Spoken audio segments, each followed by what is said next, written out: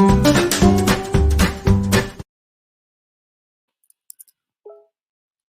back, everyone.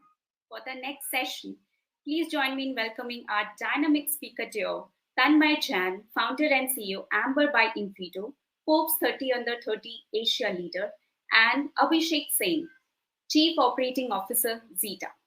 Tanmay is the founder and CEO of AI startup inFeedo and a speaker in the field of mental fitness. He's helping HR leaders of 100 plus brands like Tata, Coca-Cola, Airtel, Lenovo, Samsung, and Xiaomi build stellar remote employee experiences and find hidden gaps in their culture. Started at the age of 18, today he has grown inFeedo and made an indelible impact in the lives of 300,000 employees in 50 plus countries. He is also Forbes 30 Under 30 Asia leader. Abhishek is passionate about people and their ability to create sustainable customer business impact. With over 17 years of human resource management, operations, and management consulting experience with organizations like Myntra, SAP, Aon, and Britannia, he has a strong passion for harnessing the power of people to create customer delight and long lasting impact for business delivered with technology at the core. Today, both the leaders will deliver a powerful discourse on what it takes to be a people leader post pandemic. Before I pass on the frame to our speakers, an author contest is running. So please share your learnings, reflections with the community at large using the hashtag #PMEXIN and get a chance to win eco.smartspeakers. So log on to your LinkedIn and create some exciting conversations and engagement around what you're learning at People Matters EX India conference. Don't forget to use the hashtag #PMEXIN. Now, let me welcome our speakers, Tanmay and Abhishek. Thank you, Shashi. Abhishek, over to you. Thank you. Thanks for a wonderful introduction for both of us. And a shout out to People Matters for finally making a dedicated event for employee experience. I also want to acknowledge the fact that it's exclusive to HR. A lot of friends tried signing up and they're like, oh, wow, this is an HR cult. So I'm glad this is like very, very curated. And I also want to acknowledge that it's Pride Month. So whoever is celebrating, please continue celebrating. Before I start today, I just wanted to sort of call out the reason why Abhishek's here. And if you see the screen right now, right, we've been spending a lot of time over the last 2-3 days to figure out how we can give you maximum value from all of our learnings in the last 1.5 years since the pandemic. And the reason why I felt Abhishek is the best speaker from amongst all of our customers on our screen right now is because, yes, he's covered Zeta, Britannia, Myntra, Jabong, and Aon Hewitt, which is also a customer. And keeping that aside, he's an XLRI grad, which is always close to my heart. He's a CHRO turned COO. He's gone from B2C to B2B. He's gone from a bootstrap starter with Bhavin Tirakhya to now a unicorns funded startup, right? And overall, I think I would like to welcome you, Abhishek, to the B2B space and also sort of make you a little awkward by telling everyone that you are a patrol head and you love comics. I want everyone to know this because this is a little known fact.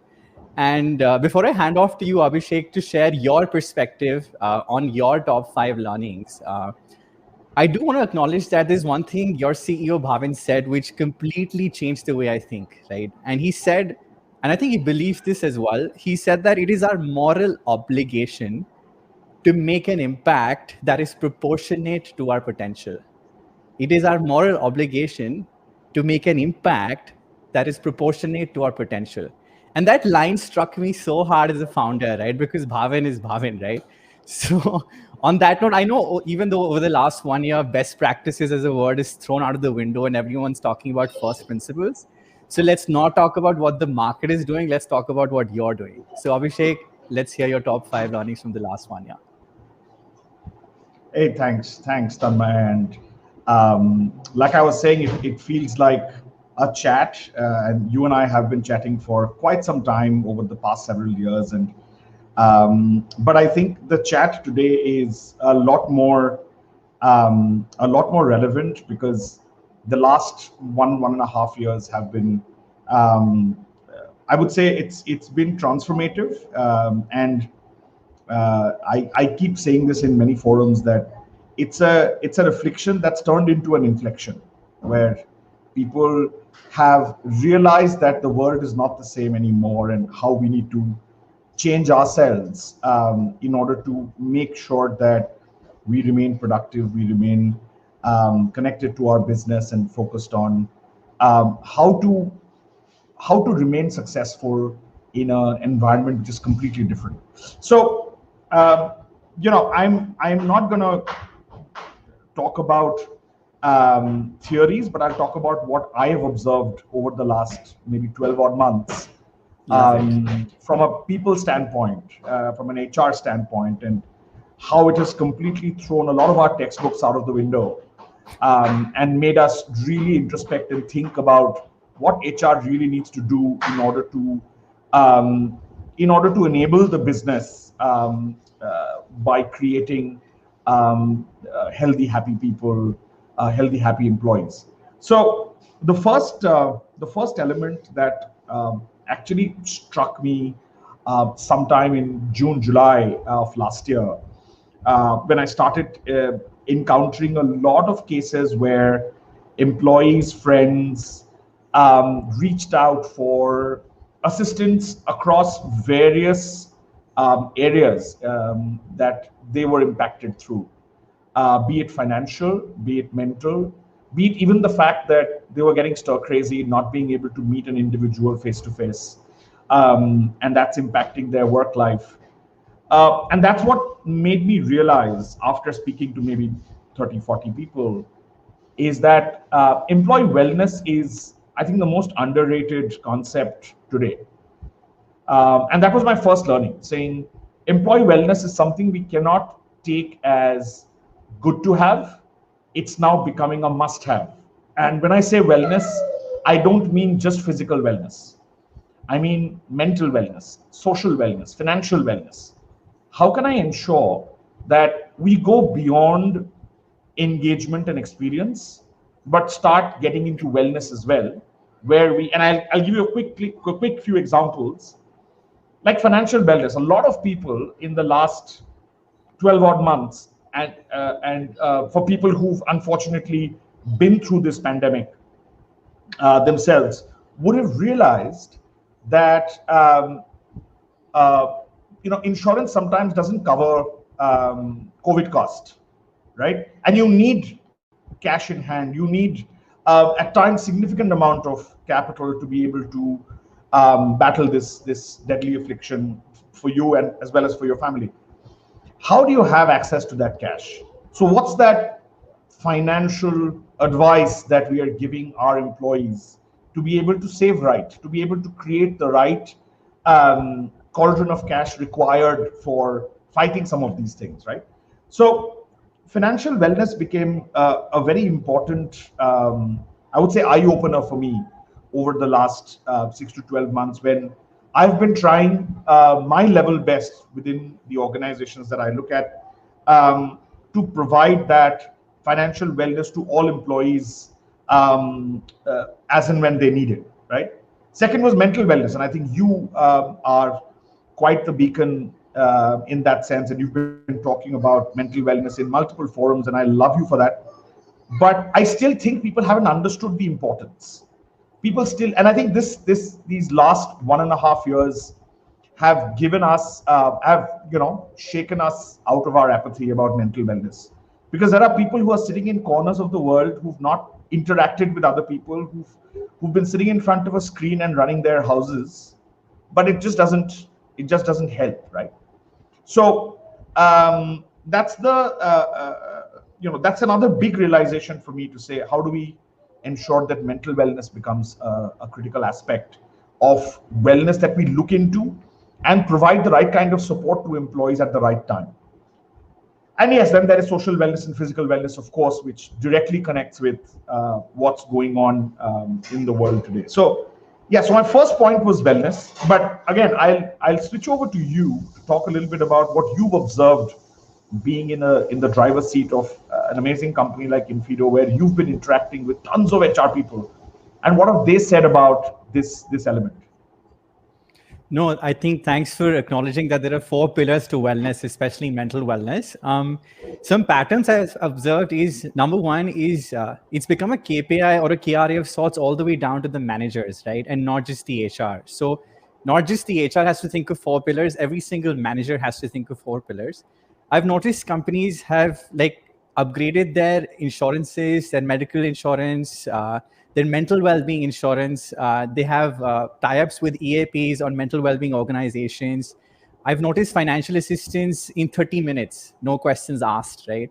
I've noticed some smaller initiatives like no meeting Thursdays, no email Wednesdays, and maximum 25-minute calendar meetings, and basically like very, very common frameworks, right? But what I'm trying to say is that you're right that mental wellness is still the elephant in the room, right? And we have to repeatedly address it even beyond the pandemic, right? Because there is a challenge that will sustain this year, next year, and the year after that. And mental well-being has to be a constant. So what I've noticed as an interesting hack most companies we work with are doing is in their all hands or their town hall, they choose to recognize managers with the most happiest teams or teams with the highest mental well-being, right? Because the kind of behavior you recognize or reprimand is what happens at the company. The kind of things you recognize or reprimand is what drives behavior. And instead of just performance, they've started recognizing managers with the happiest teams, right? And I do want to share a framework on my screen, right, that we came up with over the last 1 year. And I hope it helps everybody. Feel free to take a screenshot. All of our companies, we collectively came up with 7 drivers of employee experience of well-being, right, which are centered with the employee in the center. And we were discussing this at Zeta as well, that there are 7 which start from my manager, right in the center, my team, my work, my culture, senior leadership, and so on, right? And each and every driver has elements within it that have to be constantly measured over time. Right? And this is something we've been able to come up with as a research, which was recently featured in IIM and Harvard. And I hope this helps everybody with regards to the kind of questions you want to be asking. And you know what, like we'll be happy to give it out for free for everyone who's watching this, right? So we have some templates for you. We have a mental well-being template. Because it's Pride Month, we have a D&I template. And since I have no sales agenda, we will just give it to you for free. I hope it helps everybody. But with that, Abhishek, I think I love point 1. Let's move on to point 2. So point 2 is about the concept of making HR processes light, right? Making HR process light, I think is another big realization, right? I think with face-to-face meetings, with the ability to connect with a person in person and providing feedback and so on, I think we've been pushed to kind of rethink a lot of our processes, right? And case in point is performance management. Typically, if you go to any organization today, and I'm sure there are many progressive organizations as well, but a lot of organizations today have like 6, 7 different sub processes in the performance management, the entire paradigm, right? Which is you need to go through a self-review, then you have a manager review, you have a peer review, then you have multiple rounds of calibration, you have promotion discussions. But imagine what you're doing to the individual who's again sitting in one corner of their house in front of a screen, who's not only fighting to make sure that the family is healthy, they've got those 1 or 2 hours when they have to rush out and get their rations. They're trying to procure medicine for their friend and family. How do you make sure that the process remains light, right? Because that's where you start focusing on impact. That's where you start focusing on the right insights, which can have the maximum impact or the most prioritized impact on performance management. So that's another big learning that we've had, where what we've done over the last 12 to 18 months is we've tried to go back to basics and look at each people process in the employee life cycle and make it lighter by one, using technology, and second, by using anything that creates the right impact and is not just used for documentation. Got it. Got it. No, Abhishek, I love how you mentioned light and the example of performance management systems. In fact, everyone yesterday we were discussing this, and Abhishek was like, it is exhausting with 50 hoops, right, in Google Sheets. But I think on that note, what I observed is like that tech is becoming hygiene, right? And most companies were relying on email and WhatsApp, right, where you can't be agile, right, if you have to start every conversation with a like dear and with those like all those red tape and formalities. So I noticed that basics like having a Slack or something else for communication, or having a donut, right, DONUT, right, which is a product for water cooler conversations, right, and similar other tools just became hygiene, and nobody even talks about them as like, oh wow, you have Slack. It's it's hygiene now.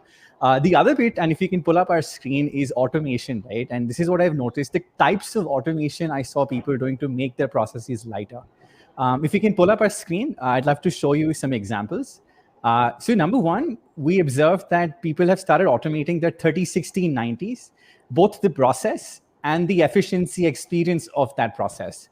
Number two, we noticed any moment which was critical to the employee, because we're so obsessed with the physical judgment of culture by looking at how people were in the office, which is not there now. For example, if I just go off video, you don't know how I'm feeling. And that's exactly how it is for thousands of your employees. So how do you make sure you're there at every moment, making sure that process, whether it's a manager change, a location change, a project change, or any other change, is actually happening the right way, because you're not around. They're behind the screen, they're at home. And of course, there is the exit as well. The exit interviews are automated. The post-exit interactions are automated. And now people are asking, and they're asking us, right, can you automate the candidate experience, the candidate feedback experience as well? And, like what's interesting is, and this was honestly beyond me, right, in the early days, they said, how about you map it on one graph? Let's say this individual, Akshay, how did Akshay feel from his interview till the day he left, and map every single touch point on a graph? And what's fascinating for me is last year, these things used to be like, oh my God, wow, this is really interesting. But now it's like, this is basics. This is hygiene, how are we acting on it? So essentially, that's point number two, to be able to ask the right questions, to be able to automate the right things. And that's just basics. But I want to take it up a notch now, Abhishek. So if you can move on beyond the basics and touch upon point number three. Yeah. So, point number three is where, so we spoke about light processes, we spoke about wellness, but I think there is another element. And as we start talking about people processes, we also realized that, we never stopped hiring as an organization, right? And we, fortunately were, because we are B2B, because we are a technology product company, we never faced the true impact which at times a B2C organization would face. So in our situation, we kept hiring, right? We kept growing as an organization. And that's when we realized that there was this huge transformation necessary to start, and we used to call them COVID babies. We were hiring people who we have never seen, never met, never shook their hands. They were hired where we were meeting them completely remotely, online. We were onboarding them remotely, which, for old school people like me at times felt like blasphemy, that I'm doing gross injustice to a person by not even meeting the person face to face, sitting down, having a cup of coffee, or taking the person out for a beer when they're joining the organization, because sometimes onboarding is a reflection of culture. So I couldn't do that. And then, like you said, every touch point in the employee's life cycle, how do I make sure that I'm growing and keeping them engaged, giving them the right kind of learning, helping them upskill, managing their careers, but doing the entire thing remotely or in a hybrid environment. And that was, I think, a big clincher for us, because we realized, and we ourselves have started accepting the fact that the world is not the same anymore. Now, today it's COVID-19, it could be something else tomorrow. We have to start figuring out how to operate in a far more lit manner, and where we can pivot very quickly and use technology to manage the entire employee life cycle from get, grow, keep. So that was another very big realization to say, and the big question we were trying to answer is, how do you hire, engage, and retain a person without meeting the person at all, and without being able to really engage the individual face to face? And how do you use a technology platform that is light, but yet gives you all the right insights to be able to manage that person's engagement, learning, productivity, even compensation, completely remote. So that was another very, very big. So running a people organization in a hybrid environment. Got it. But by the way, did you mention the keyword as COVID babies for the new joiners? Is that what you said? Yeah, there are a lot of such names that have been used. COVID babies is something we use because there are a lot of people who joined after lockdown. So we've never met these people. So we are only meeting them on Zoom. Got it. I think with regards to the workforce post the pandemic, and just for everyone, post pandemic means post onset of the pandemic. The pandemic is still active, right? Someone messaged me. So borderless talent is something I noticed, right? That now it's a larger problem because not only can you hire from any country in the world, because earlier there used to be let's say location challenges, your team members can join any company in the world as well, right? So the talent market is all over the place, and my fear is developed countries will start capturing developing countries like ours, right? Because they have a higher paying capacity. But that's a change I've noticed. And the other one, which is subtle and I've started seeing early signs, is something people call reverse change management. So for example, companies that have started to reopen their office are struggling with the whole journey for change management from office to remote, and now remote back to office, and they're starting to see attrition. So reverse change management is a new term I've heard, but and Abhishek, just to be shameless here, I'm really sort of curious to hear your feedback on this lightweight tech, but I'm going to save it for the end today, right? But we want to proceed fast and move on to point number 4, because I think we have to move slightly faster. Yeah, so point number 4 is actually, and that's the interesting bit, right? And when the pandemic kicked in, and not the pandemic, I think when the lockdown kicked in, there was an initial phase of euphoria where people said, you know what, I don't have to wait through Mumbai traffic, Bangalore traffic. I can operate from home. And, I think this is actually going to be better for engagement. What we quickly realized in about 2 months that was not true. People had issues of zoning out. People had issues of getting stir crazy sitting at home. People had issues of this whole concept of the work-life balance line actually blurring became a very, very severe challenge for all of us, right? And when we dug deep into this problem, we realized another very interesting element, which was that since you're not, and I think you showed it very beautifully, a lot of people don't always come on video even. There is no way to judge sentiment. There's no way to judge body language. And if engagement is what is holding us back in our organizations, employee experience is what is critical to retention, how do you manage employee experience in a completely remote environment? I think that was our biggest. So you mentioned that point already, the fact that today when I'm hiring, the entire market's my oyster. I'm not restricted by location of office. Similarly, for the entire world, I am now, no matter where I am located, I'll lose people to organizations not just in this country but outside. So how do I protect them? And to do that, employee experience becomes critical. Got it. So we'll go super fast now. People Matters is messaging me, but I think just to summarize the 4th point, I think the fear and something we have to address proactively is that when the market opens, attrition will spike. I think that's a given, right? And something we've sort of done at inFeedo, even though we're a smaller team of 70 people. And this is something I learned from Zoho's founder, right? Where he mentioned that instead of questioning why an employee leaves, start asking yourself, what have you done to deserve their loyalty, right? And that's a question we started asking our managers and not the employees. So let me give an example. Option A, ask your employees, hey, why are you leaving? Option B is ask your managers, what have you done to have them deserve to be on your team, right? And I think that's something which was a sort of game changer for me. But Abhishek, let's close with the 5th point quickly, and then we'll start the which is, I think, what you also mentioned. It's a nice segue to say that how do we create better managers in this kind of an environment? That was another big challenge for us, because managers are used to managing teams physically before the entire lockdown or before this entire transition. So how do you train a manager to manage and keep engaging their people better so that they are able to retain and gain that loyalty. So creating better managers and leaders. Understood. Got it. Just a couple of tips on that, and then we'll start taking questions. I have them all on chat.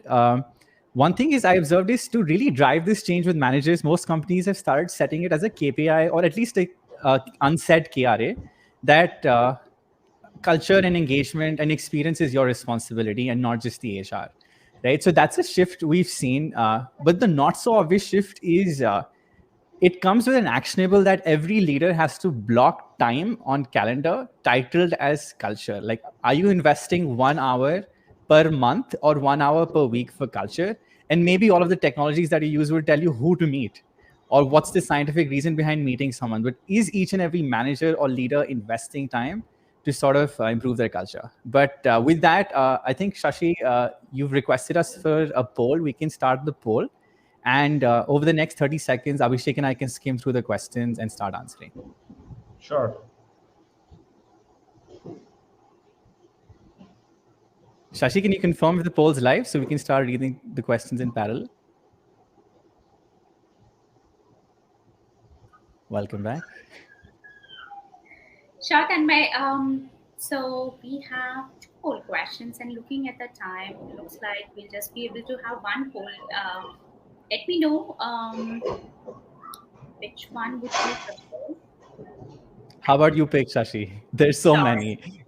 All right. Okay, so the question is your organization open to exploring tools to enhance employee experience? And there are 2 options, and the poll is live. Okay. Oh, I think that poll is for the audience. Meanwhile, Abhishek, would you like to pick a question from the chat? Yeah, I was just looking at the questions basically. Yeah.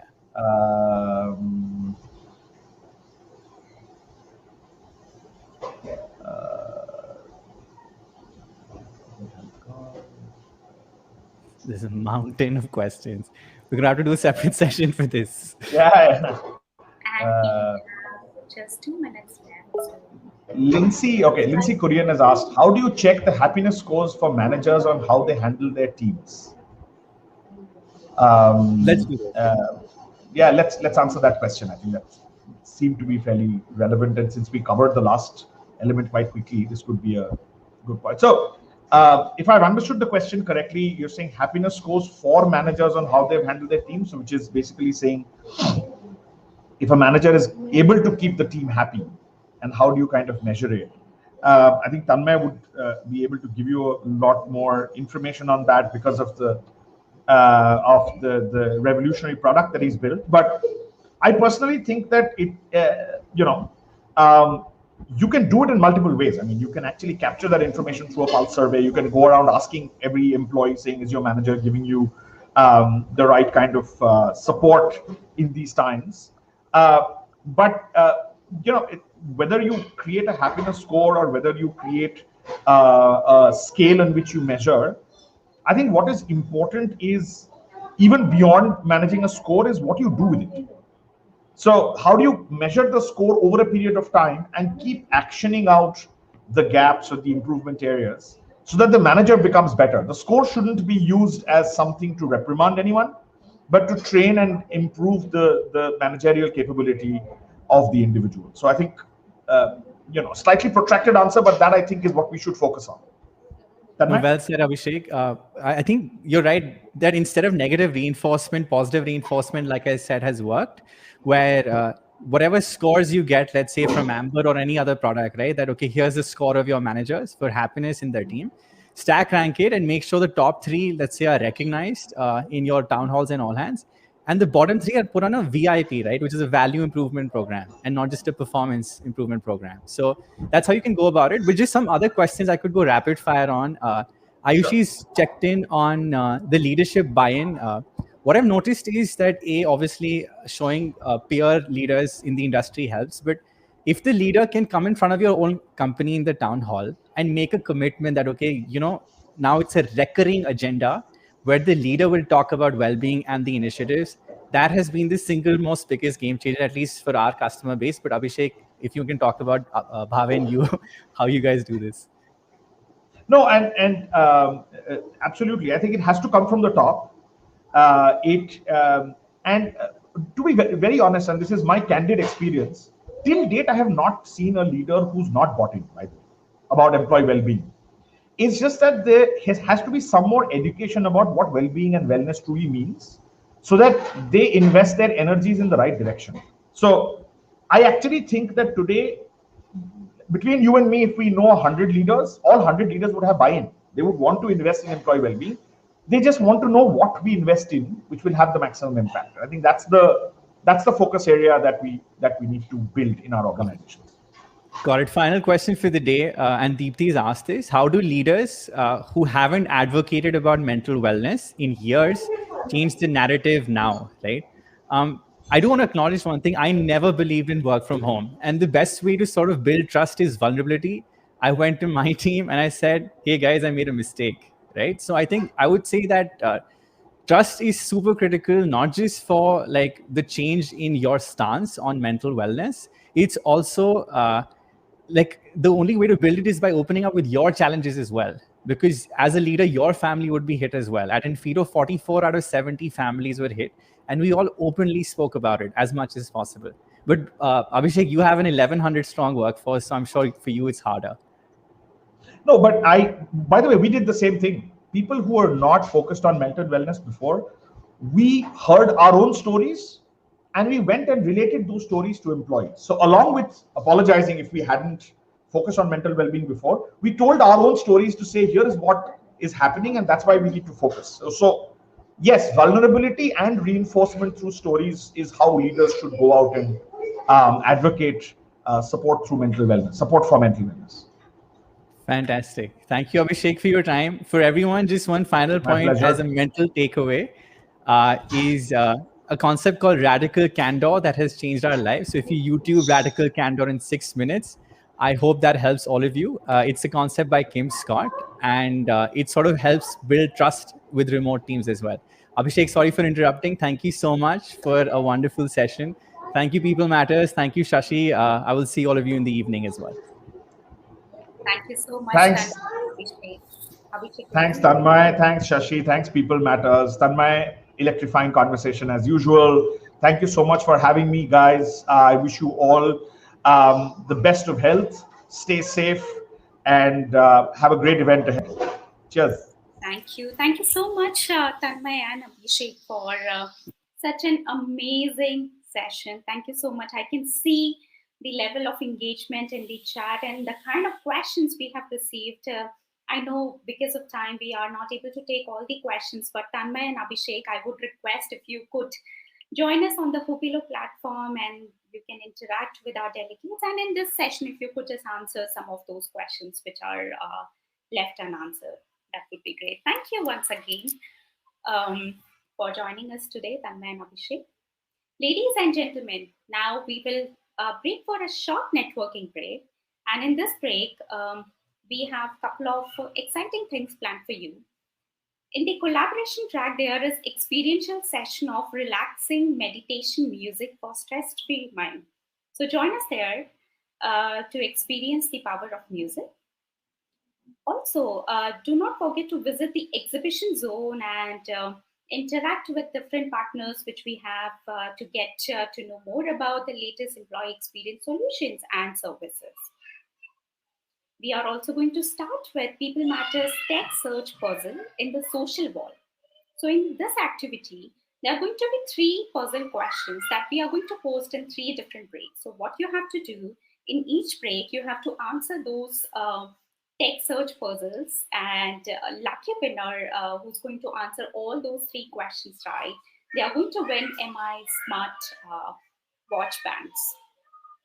So get ready. There is a lot of things planned for you in this networking break. After this break, when we come back, we are also going to start with our track sessions. You can select whichever track you want, main track 1 or main track 2. In this main track, there's going to be a session on how a C-suite partnership can lead to a transformation in EX. And in track 2, there's going to be masterclass on being full work and employee well-being, the benefits of bring your full self to your work. So do not forget to join us back after the break. All right. So thank you, everyone. We'll see you in the networking zone. Thank you.